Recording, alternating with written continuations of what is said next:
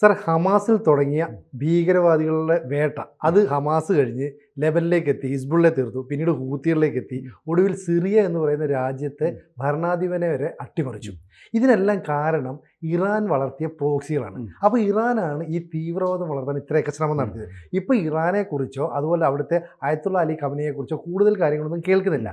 പക്ഷേ അവിടെ ഒരു ആഭ്യന്തര കലാപം എപ്പോൾ വേണമെങ്കിലും പൊട്ടിപ്പുറപ്പെടാവുന്ന സ്ഥിതിയിലാണ്. എന്താ ഇറാൻ്റെ നിലവിലെ സ്ഥിതി? ഇറാനിലെ ജനങ്ങൾ വളരെ നിരാശരാണ്. അതായത് അവിടുത്തെ ഇപ്പോഴത്തെ അവസ്ഥയെപ്പറ്റി പറയുന്നത് വിൻ്റർ ഓഫ് ഡിസ്കണ്ടൻറ്റ് എന്നാണ്. അസംതൃപ്തിയുടെ ഒരു കാലം, മഞ്ഞുകാലമാണ് ഇപ്പോൾ ഈ നടന്നുകൊണ്ടിരിക്കുന്നത്. അവരുടെ ഒന്നാമത്തെ പ്രശ്നം കറൻസി വാല്യൂ എന്ന് പറഞ്ഞത് it has dropped by 10% in 1 month. ഒരു മാസത്തിനുള്ളിൽ 10% കുറഞ്ഞു അവരുടെ കറൻസിയുടെ വാല്യൂ. പിന്നെ ഇൻഫ്ലേഷൻ ആണെങ്കിൽ ഇപ്പോൾ 37% മറ്റാണ്. പിന്നെ അത് കൂടാതെ ഇപ്പോൾ കറൻസി വാല്യൂ വെച്ച് നോക്കിക്കഴിഞ്ഞാൽ ഓൾ ടൈം ലോ ആണ്. ഇത്രയും ലോ ആയിട്ടുള്ള ഇറാൻ്റെ കറൻസി വാല്യൂ ഒരിക്കലും ഉണ്ടായിട്ടില്ല. അതാണ്. അപ്പോൾ അതിൽ നിന്ന് തന്നെ പൊതുവിൽ ഒരു തകർന്നു. പക്ഷേ ഇതെല്ലാം ഉണ്ടെങ്കിലും അതിൽ കൂടുതൽ ഇപ്പം ഇമ്മീഡിയറ്റ് പ്രൊവക്കേഷൻ അവിടുത്തെ ജനങ്ങൾക്കുള്ളത് എനർജി ക്രൈസിസ് ആണ്. അതായത് ലൈറ്റ് ഇട്ടാലല്ലേ വെട്ടം കാണാൻ പറ്റും, അത്രേ ഉള്ളൂ. അതിനുള്ള അവസ്ഥയില്ലാത്ത സാഹചര്യമാണ് ഇപ്പോൾ ഇറാനിൽ. അത് പവർ സ്റ്റേഷൻ്റെ പ്രവർത്തനം പോലും നിലയ്ക്കും. പവർ സ്റ്റേഷൻ എന്ന് പറഞ്ഞാൽ 13 പവർ സ്റ്റേഷൻസ് ഇപ്പോൾ പൂട്ടി അവർ അത് പ്രവർത്തിപ്പിക്കാൻ പറ്റാത്ത അവസ്ഥയാണ്. കാരണം എണ്ണ കിട്ടാനില്ല. അപ്പോൾ നമ്മൾ ഈ വാട്ടർ എവരിവെയർ എന്ന് പറഞ്ഞോണം. ഇവിടെ ഇറാനിൽ നമ്മൾ ഇറാനെ പറ്റി ആലോചിക്കുമ്പോൾ തന്നെ മനസ്സിൽ ഓർമ്മ പറഞ്ഞത് എണ്ണയാണ്. പക്ഷേ ആ എണ്ണ അവിടെ ഇല്ലാത്ത അവസ്ഥയാണ്. ഉപയോഗിക്കാനായിട്ട് എണ്ണയുണ്ട്, ഇഷ്ടം പോലെ, പഴയ പോലെ തന്നെ ഇറാനിലുണ്ട്. പക്ഷെ അത് ഉപയോഗിക്കാവുന്ന കണ്ടീഷൻ ഇപ്പം ഇല്ല. പ്യൂരിഫൈ ചെയ്തായിരിക്കില്ല. അത് ഇപ്പോഴത്തെ സാഹചര്യത്തിൽ എണ്ണ അവർക്ക് എടുക്കാൻ കഴിയുന്നില്ല, വിൽക്കാനും കഴിയുന്നില്ലാത്ത ഒരവസ്ഥയാണ്. അപ്പോൾ അതുകൊണ്ട് എന്ത് പറ്റിയെന്ന് പറഞ്ഞു കഴിഞ്ഞാൽ ഇപ്പോൾ സ്കൂള്, കോളേജ്, ബാങ്ക്, മറ്റു ഓഫീസുകളൊക്കെ ഫുൾ ടൈം പ്രവർത്തിപ്പിക്കാൻ പറ്റില്ല. കാരണം അവിടുത്തെ ഇപ്പോഴത്തെ ടെമ്പറേച്ചർ എന്ന് പറഞ്ഞു കഴിഞ്ഞാൽ സബ്-സീറോ ആണ്, സീറോയിൽ താഴെയാണ്. അപ്പോൾ അവിടെ ഓഫീസിലൊക്കെ പോയിരിക്കണമെങ്കിൽ AC അല്ലെങ്കിൽ ഹീറ്ററോ എന്തെങ്കിലുമൊക്കെ വേണം, എന്നാലും അവിടെ ഇരിക്കാൻ പറ്റുള്ളൂ. കാരണം സീറോയിൽ താഴെ ടെമ്പറേച്ചർ ആയതുകൊണ്ട്. പക്ഷേ അങ്ങനെ ഉപയോഗിക്കാൻ ആവശ്യമായ ഇലക്ട്രിസിറ്റി കൊടുക്കാൻ ഇപ്പോൾ ഇറാൻ്റെ കയ്യിലില്ല. ഇറാൻ ഇപ്പോൾ റേഷൻ കൊടുക്കുന്നതുകൊണ്ടാണ് ഇലക്ട്രിസിറ്റി ഓരോ ഏരിയയിലേക്കൊക്കെ കൊടുക്കുന്നത്. അപ്പോൾ അതുകൊണ്ട് എന്ത് പറ്റിയെന്ന് പറഞ്ഞു കഴിഞ്ഞാൽ ഇവരുടെ എക്കോണമി ദൈനംദിനം പിന്നോട്ട് പോയിക്കൊണ്ടിരിക്കുകയാണ്. അപ്പോൾ ഇവർക്ക് ഈ ഓയിലില്ല എന്ന് പറഞ്ഞു കഴിഞ്ഞാൽ നമുക്ക് വിശ്വസിക്കാൻ പറ്റില്ല അവരാണെങ്കിൽ നോക്കിയാൽ. കാരണം എന്താണെന്ന് വെച്ച് കഴിഞ്ഞാൽ second largest natural gas reserve ഉള്ളൊരു രാജ്യമാണ് ഇറാൻ. ലോകത്തിൽ സെക്കൻഡ് ഹയസ്റ്റ്. അതേപോലെ ലോകത്തിൽ 4th ഹയസ്റ്റ് ആയിട്ടുള്ള ഈ ക്രൂഡ് ഓയിലുള്ള രാജ്യമാണ് ഇറാൻ. എന്നിട്ടും അവർക്ക് ഓയിൽ ഉപയോഗിക്കാൻ കിട്ടുന്നില്ല. അത് തന്നെയല്ല, അത് വെച്ച് ഇലക്ട്രിസിറ്റി ജനറേറ്റ് ചെയ്യാൻ പറ്റാത്തൊരവസ്ഥയാണ് ഇപ്പോൾ വന്ന് പെട്ടിരിക്കുന്നത്. പിന്നെ കാരണം എന്താണെന്ന് വെച്ച് കഴിഞ്ഞാൽ ഈ പ്ലാന്റുകളൊക്കെ പ്രവർത്തിപ്പിക്കണമെങ്കിൽ അതിന് സ്പെയർ പാർട്സ് മറ്റു സാധനങ്ങളൊക്കെ വേണം, മോഡേണൈസ് ചെയ്യണം. അതേപോലെ ഇലക്ട്രിസിറ്റിയുടെ സ്ഥാപനങ്ങളിലൊക്കെ ഭയങ്കര അഴിമതിയാണ്. പണ്ട് കാലത്ത് എന്തോ വാങ്ങിച്ചു വെച്ചാൽ നമ്മളിപ്പോൾ അവരുടെ പ്രസിഡൻറ്റിൻ്റെ ഹെലികോപ്റ്റർ പോയത് ഓർക്കണം എത്ര. അതുപോലെ അത് തന്നെയാണ്, ആ ഹെലികോപ്റ്ററിൻ്റെ കണ്ടീഷൻ തന്നെയാണ് ഇലക്ട്രിസിറ്റിയുടെ സ്ഥാപനങ്ങളിലൊക്കെ. അപ്പോൾ ഇലക്ട്രിസിറ്റി ജനറേറ്റ് ചെയ്യാൻ പറ്റുന്നില്ല. അതേപോലെ ഓയിലെടുത്ത് ഉപയോഗിക്കാനാണെങ്കിൽ ഓയിൽ എടുക്കാൻ പറ്റുന്നില്ല. പിന്നെ ഓയിലെടുത്ത് കിട്ടുന്നത് അത് വിൽക്കാൻ പറ്റുന്നില്ല അവർക്ക്, കാരണം ഈ സാങ്ഷൻസ് ഉള്ളതുകൊണ്ട്. അപ്പോൾ 90% of the oil, crude oil, അത് വിൽക്കുന്നത് ചൈന തീരുമാനിക്കുന്ന വിലയ്ക്ക് ചൈനയ്ക്കാണ്. വേറെ ആൾക്കാരത് പണ്ട് ഇന്ത്യ എടുക്കുമായിരുന്നു. ഇപ്പോൾ ഇന്ത്യക്കും അല്പം പേടിയാണ്, കാരണം അമേരിക്ക അതുകൊണ്ട്. അപ്പോൾ അങ്ങനെ ആകെപ്പാടെ ഒരു നിരാശയിലാണ് ഇപ്പോൾ ഇറാൻ്റെ അവസ്ഥ, സാമ്പത്തികമായിട്ടും മറ്റു രീതികളിലും ഒക്കെ.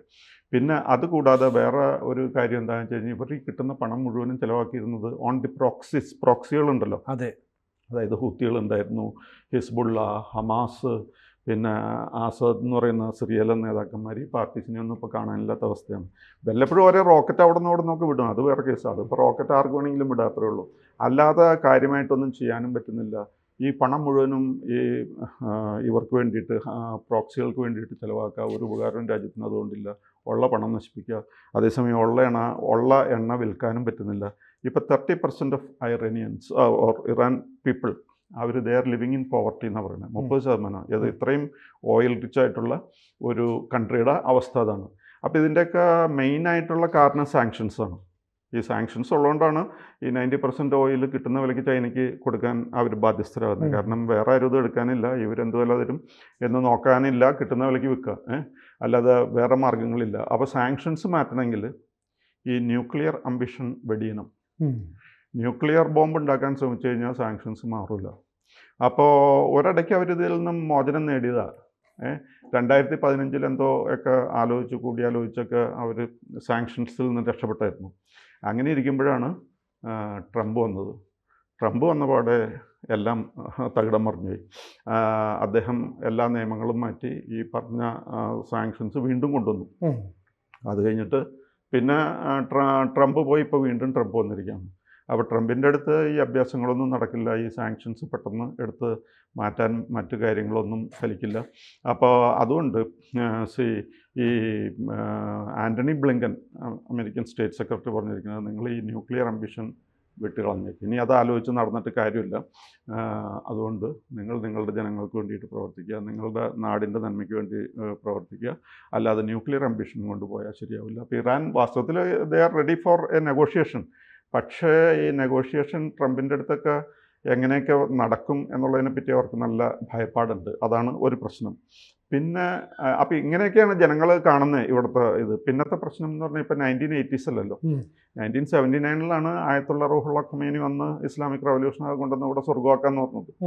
അപ്പോൾ സ്വർഗം ആക്കാനായിട്ട് വന്ന ആളും അദ്ദേഹത്തെ അതേപോലെ തന്നെ കണ്ടിരുന്നത്. സ്വർഗം നിർമ്മിക്കുന്ന ഒരു ദൈവത്തിൻ്റെ റെപ്രസെൻറ്റേറ്റീവ് എന്നുള്ള രീതിയിലാണ് കണ്ടിരുന്നത്. പക്ഷേ കാലങ്ങൾ പലത് കടന്നുപോയി.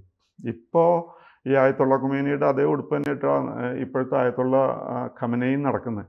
പക്ഷേ അതുകൊണ്ട് മാത്രം ജനം അങ്ങ് ദൈവത്തിൻ്റെ ആളായിട്ട് അദ്ദേഹത്തെ കരുതാനായിട്ട് തയ്യാറല്ല.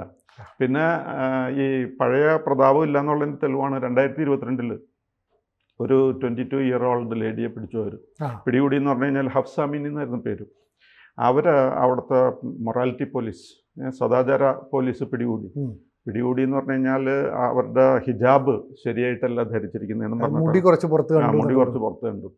അപ്പോൾ അതും പറഞ്ഞിട്ടാണ് പിടികൂടിയത്. അപ്പോൾ ഈ പറയുന്ന മത തീവ്രവാദത്തെ അവിടുത്തെ പുരോഗമന ചിന്താഗതിയുള്ള ഇറാനിയൻ ജനത അംഗീകരിക്കുന്നില്ല. കാരണം അവർ ലോക ജനത അനുസരിച്ച് അവരുടെ പുരോഗമന ആശയങ്ങളെ അവർ അനുവർത്തിക്കാൻ ശ്രമിക്കുന്നു. പക്ഷേ ഈ മത നേതൃത്വം അതിനെ അടിച്ചമർത്താൻ ശ്രമിക്കും. ഒരാളുടെ മുടി പുറത്ത് കണ്ടു കഴിഞ്ഞ് മത പോലീസ് പിടിച്ചുകൊണ്ട് പോവുക, എന്നിട്ട് അവരെ പിടിച്ച് ജയിലിടുക, ക്രൂരമായി മർദ്ദിക്കുക, കൊലപ്പെടുത്തുക, ഇതൊന്നും അവിടുത്തെ ജനതയ്ക്ക് ഉൾക്കൊള്ളാൻ പറ്റില്ല. ഒരുപക്ഷെ അവിടുത്തെ പുരോഗമനമുള്ള ആളുകൾ ഈ പറയുന്ന മത തീവ്രവാദത്തെ വലിച്ചു പുറത്തിട്ടിട്ട് ഇനി ഇവിടെ ഒരു ജനാധിപത്യ സർക്കാർ വരണമെന്ന് ആഗ്രഹിക്കുന്നുണ്ടാവും. ബെഞ്ചമിൻ നെതന്യാഹു എന്ന് പറയുന്ന ഇസ്രായേൽ പ്രധാനമന്ത്രി തന്നെ അവിടുത്തെ ജനങ്ങളോട് പറഞ്ഞിരുന്നു, നിങ്ങളെ സ്വാതന്ത്ര്യത്തിലേക്ക് നയിക്കാനും അവിടെ ഒരു ജനാധിപത്യ സർക്കാരിനെ കൊണ്ടുവരാനും ഞാൻ തയ്യാറാണ്, നിങ്ങൾക്ക് ഞാൻ അത് ഓഫർ ചെയ്യുന്നു എന്നൊക്കെ പറയും. അപ്പോൾ അവരുടെ മനസ്സിൽ അങ്ങനെ ഒരു സ്വാതന്ത്ര്യബോധം ഉയർന്നു വരില്ലേ? അതായത് ഈ പറയുന്ന റവല്യൂഷണറി ഗാർഡ്സും ഇറാന്റെ മിലിറ്ററിയും ഇപ്പോഴത്തെ ഭരണകൂടത്തിന്റെ കൂടെ തന്നെയാണ്. പക്ഷേ ഈ പുതുതലമുറ മാറി ചിന്തിക്കാൻ തുടങ്ങി.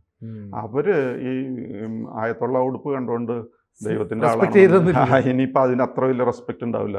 പക്ഷേ 1979 അവസ്ഥ ഇതായിരുന്നില്ല. അദ്ദേഹത്തിൻ്റെ ദൈവത്തിൻ്റെ സ്വന്തം ആളെന്നുള്ള രീതിയിലാണ് അദ്ദേഹത്തെ കണ്ടിരുന്നത്. അത്രയും ബഹുമാനമായിരുന്നു. എന്തും പറഞ്ഞാലും കേൾക്കും, ചാവാൻ തയ്യാറായിരുന്നു അദ്ദേഹത്തിന് വേണ്ടിയിട്ട്. പക്ഷേ ആ ബഹുമാനം ചിലപ്പോൾ മൂത്തവർക്കുണ്ടാവും, പ്രായമായവർക്കുണ്ടാവും. പക്ഷേ ഇപ്പോഴത്തെ പുതുതലമുറ അത് അംഗീകരിക്കുന്നില്ല. പുതുതലമുറയ്ക്ക് ഇപ്പോൾ നമുക്കറിയാമല്ലോ, ഇപ്പോൾ ലേഡീസ് തന്നെ ഇത്രയും വയലൻ്റായിട്ട് റിയാക്ട് ചെയ്യുന്നു. സാധാരണ സ്ത്രീകൾ പർദ്ദയൊക്കെ ഇട്ട് നടക്കുന്ന സ്ഥാനത്ത് അവർ ഗവൺമെൻറ്റായിട്ട് ഫൈറ്റ് ചെയ്യാൻ, പട്ടാളമായിട്ട് ഫൈറ്റ് ചെയ്യാനായിട്ട് ഇറങ്ങി എന്നുള്ളതാണ് ഈ ഹഫ്സ അമീനി മരിച്ചു കഴിഞ്ഞപ്പോൾ. അത് മാത്രമല്ല, ഇപ്പോൾ ഒരു പുതിയ നിയമം കൊണ്ടുവരാൻ അവർ ശ്രമിച്ചു. പുതിയ നിയമം എന്ന് പറഞ്ഞു കഴിഞ്ഞാൽ ഈ ഫോറാം, കൈയിൻ്റെ ഈ ഭാഗം പുറത്ത് കാണിക്കാൻ പാടില്ല, മുടി പുറത്ത് കാണിക്കാൻ പാടില്ല, കാല് പുറത്ത് കാണിക്കാൻ പാടില്ല എന്നൊക്കെ പറഞ്ഞ് അങ്ങനത്തെ ഡ്രസ്സായിരിക്കണം എന്നൊക്കെ പറഞ്ഞ് ഇപ്പോൾ ഒരു പുതിയ നിയമം കൊണ്ടുവന്നു. ആ നിയമം കൊണ്ടുവന്ന് അവർ പാസ്സാക്കാൻ ശ്രമിച്ചു കഴിഞ്ഞപ്പോൾ അവിടുത്തെ പ്രസിഡന്റ് പെഷസ്കിയാൻ തന്നെ പറഞ്ഞ് അതിപ്പോൾ തൽക്കാലം അവിടെ നിൽക്കട്ടെ, ഇപ്പോൾ വേണ്ട, ഈ ഫോറാം, ലെഗ്സ് ആൻഡ് ഹെയർ ഇതൊന്നും കാണിക്കാൻ പാടില്ല എന്നുള്ള നിയമം അത് നമുക്ക് പിന്നെ ആലോചിക്കാം എന്നൊക്കെ പറഞ്ഞ് അങ്ങേര് തടഞ്ഞു നിർത്തിയിരിക്കുകയാണ്. കാരണം അങ്ങേർക്ക് പ്രായമുണ്ടെങ്കിലും അദ്ദേഹം ഒരു കാർഡിയക് സർജനാണ്, ഡോക്ടറാണ്, വിദ്യാഭ്യാസവും കാര്യങ്ങളൊക്കെ ഉണ്ട്. അദ്ദേഹം ഈ ഇന്റർനെറ്റ് നോക്കുന്നു, അതേപോലെ അല്ല അദ്ദേഹത്തിന് അല്ലെങ്കിലും ലോകത്തെ ഒരു മാറ്റങ്ങൾ തിരിച്ചറിയാൻ കഴിവുള്ളവനാണ്.